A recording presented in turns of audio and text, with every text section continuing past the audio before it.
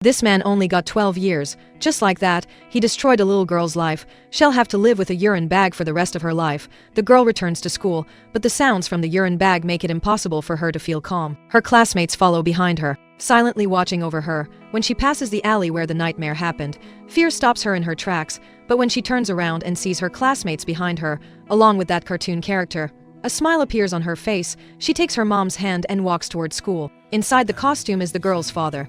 After what happened, the girl is terrified of all men. The father can only accompany his daughter this way.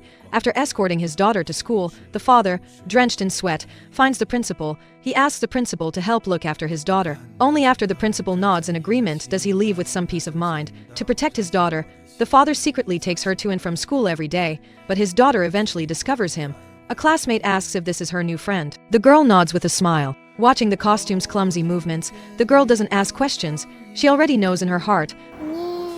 아빠야, 아빠. The father doesn't dare make a sound, just nods his head. She smiles slightly, steps forward, takes her dad's hand, and brings him home. Mom is startled by the father's getup. When the head comes off, the father stands there like a child who's done something wrong. The daughter lifts the head off, smiles at her father, then lovingly wipes the sweat from his face. Soon after, the time for the final verdict arrives. But because the rapist has submitted multiple appeals from prison, the judge has no choice but to require the daughter to identify the criminal in court once again. Before the hearing, the father meets with the rapist alone, but after being locked up all this time, he shows not a shred of remorse. The father erupts in rage. He grabs a stool and smashes it against the glass like a madman, but all he faces is cold indifference. On the day of the trial, the girl is called once again to identify the criminal. When the rapist's photo appears on the screen, the girl lowers her head, then raises her hand. The defense attorney begins questioning.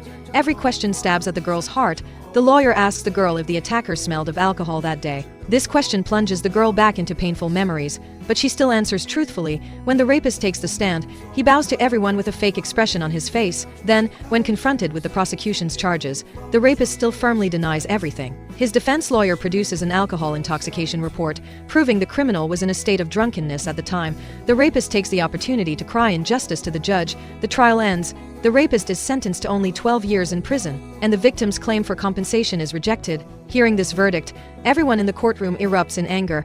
Everyone can't help but curse out loud. The mother breaks down crying. At this moment, the father stands up, just as the father raises his arm. The girl cries and wraps her arms around her father's leg.